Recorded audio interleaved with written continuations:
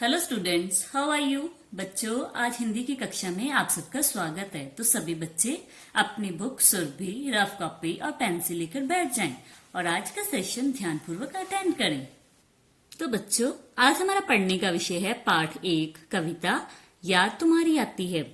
बच्चों, हमने अपने पिछले सेशन में इस कविता का अध्ययन किया था, जिसमें हमने यह जाना था कि कवि को प्रकृति की सुंदरता को देखकर बार बार ईश्वर की याद आती है।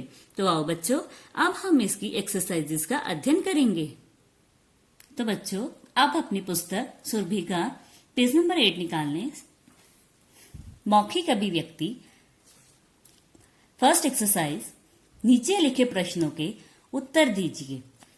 पहला प्रश्न, ठंडी हवा क्या लेकर आती है? तो ठंडी हवा अपने साथ क्या लेकर आती है? मस्ती। म आधा स तक बड़ी मस्ती। तो बच्चों, जैसे मैंने यहाँ पर आपको एक प्रश्न का उत्तर सॉल्व करके बताया है, आपने भी इसी ढंग से बाकी प्रश्नों के उत्तर प्रश्न के सामने लाइन ड्रॉ करके लाइन के नीचे सुंदर राइटिंग में लिखने हैं। तारों की महफिल किसने सजाई है? आगे, दिशाएं कब धुल जाती हैं? आगे बच्चों, सेकंड एक्सरसाइज, उच्चारण कीजिए। यहाँ पर हमें कुछ शब्द दिए गए हैं, हम इनका उच्चारण करेंगे।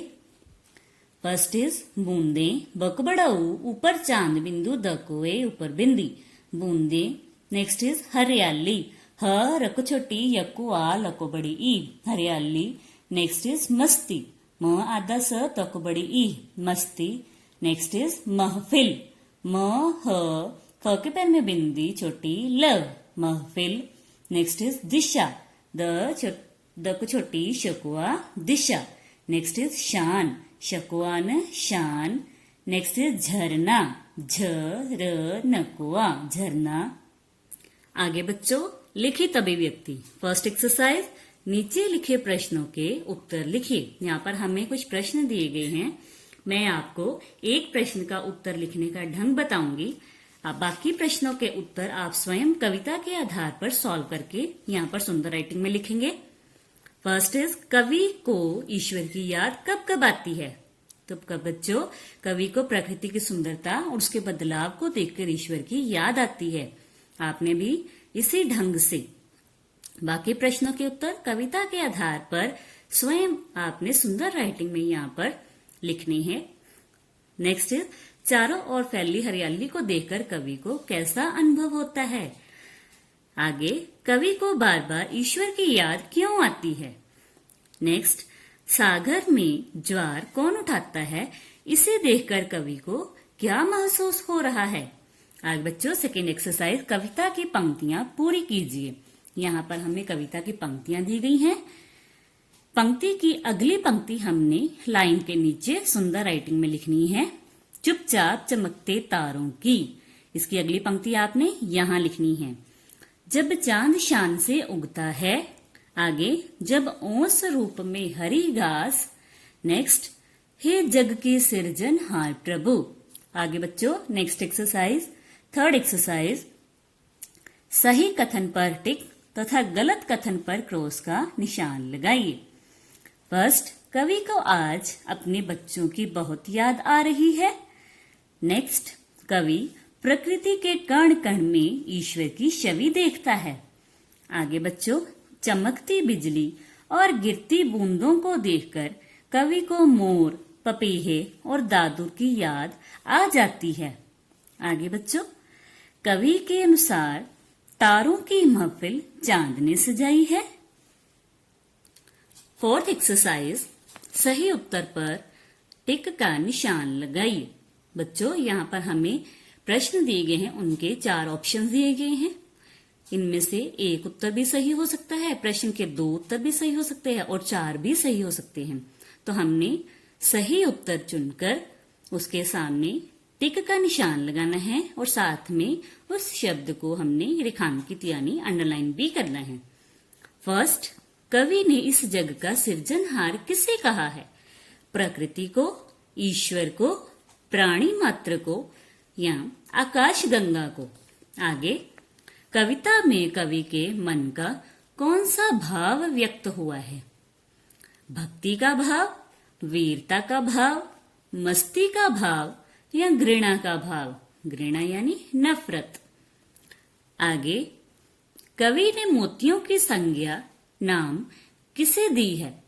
वर्षा की बूंदों को, ओंस की बूंदों को, समुद्र से निकले रत्नों को, या ये सभी, इन सभी को।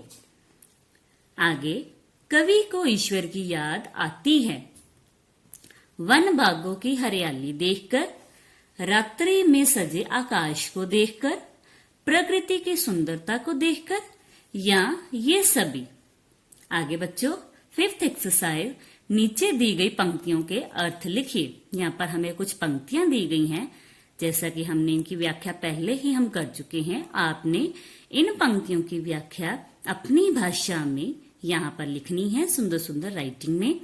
आगे बच्चों, नेक्स्ट, भाषा की बात में 1st एक्सरसाइज, निम्नलिखित शब्दों के 2-2 पर्यायवाची लिखिए। पर्यायवाची यानी समानार्थक शब्द, सिनोनियम, जिनके मीनिंग सेम होते हैं।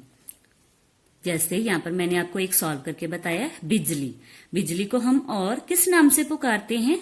चपला, चंचला, दामिनी। इसी प्रकार से बच्चों, आपने भी इन शब्दों के पर्यायवाची यहाँ पर इनके सामने सुंदर राइटिंग में लिखने हैं। सागर, नदी, वन, हवा, रात। आगे बच्चों, 2nd एक्सरसाइज, कुछ शब्द सदैव पुल्लिंग रूप में ही प्रयोग किए जाते हैं, जैसे खरगोश, कौवा आदि। ऐसे कोई 4 शब्द लिखे। तो बच्चों, सदैव पुल्लिंग शब्द जो है, जैसे खरगोश है, हम इसका खरगोशी नहीं बना सकते। इसी प्रकार से जो शब्द सदा पुल्लिंग होते हैं, अगर हमने उनका स्त्रीलिंग रूप बनाना है तो हम इनके साथ मादा शब्द लगाकर इनका रूप परिवर्तित करते हैं। जैसे खरगोश से हम बनाते हैं मादा खरगोश। इसी प्रकार से बच्चों, आपने भी सदा पुल्लिंग शब्द यहाँ लाइन के नीचे लिखने हैं। जैसे मैंने आपको एक यहाँ पर सॉल्व करके बताया, कछुआ। ऐसे ही जैसे चीता, जिराफ, आपने भी ऐसे ही शब्द सदैव पुल्लिंग होते हैं जो वो यहाँ पर आपने सुंदर राइटिंग में लिखने हैं। नेक्स्ट इज 3rd एक्सरसाइज, निम्नलिखित शब्दों के शुद्ध रूप लिखिए। शुद्ध यानी करेक्ट। यहाँ पर हमें शब्द गलत रूप में दिए गए हैं, इनको आपने सही करके यहाँ पर सामने लिखना है। जैसे मैंने आपको एक सॉल्व करके बताया, मोती जो है वो गलत है, इसको लिखने का ढंग है म को छोटा हो त को बड़ी। ऐसे ही हरियाली, बूंदे, मस्ती, चांद, मैदान। आगे बच्चों, 4th एक्सरसाइज, इस कविता में प्रयोग किए गए कुछ तुकांत शब्द, तुकांत यानी राइमिंग वर्ड्स, शांत कर लिखिए। जैसे यहाँ पर आपको एक एग्जाम्पल बताई गई है, जाती, लहराती। इसी प्रकार से आपकी कविता में आए हुए जितने भी राइमिंग वर्ड्स है वह आपने यहाँ पर छांट कर लाइन के नीचे सुंदर राइटिंग में लिखने हैं। तो बच्चों, आप सब इन एक्सरसाइजेस को सुंदर राइटिंग में अपनी बुक पर सॉल्व करेंगे। आशा है आपको यह कविता अच्छी तरह से समझ में आ गई होगी। बच्चों, ये एक कविता ही नहीं है बल्कि ईश्वर की प्रार्थना भी है। आप इस कविता को अपनी प्रार्थना सभा में भी बोल सकते हैं। ओके, अगली वीडियो में आपके साथ फिर से मुलाकात होगी। तब तक के लिए गुड बाय।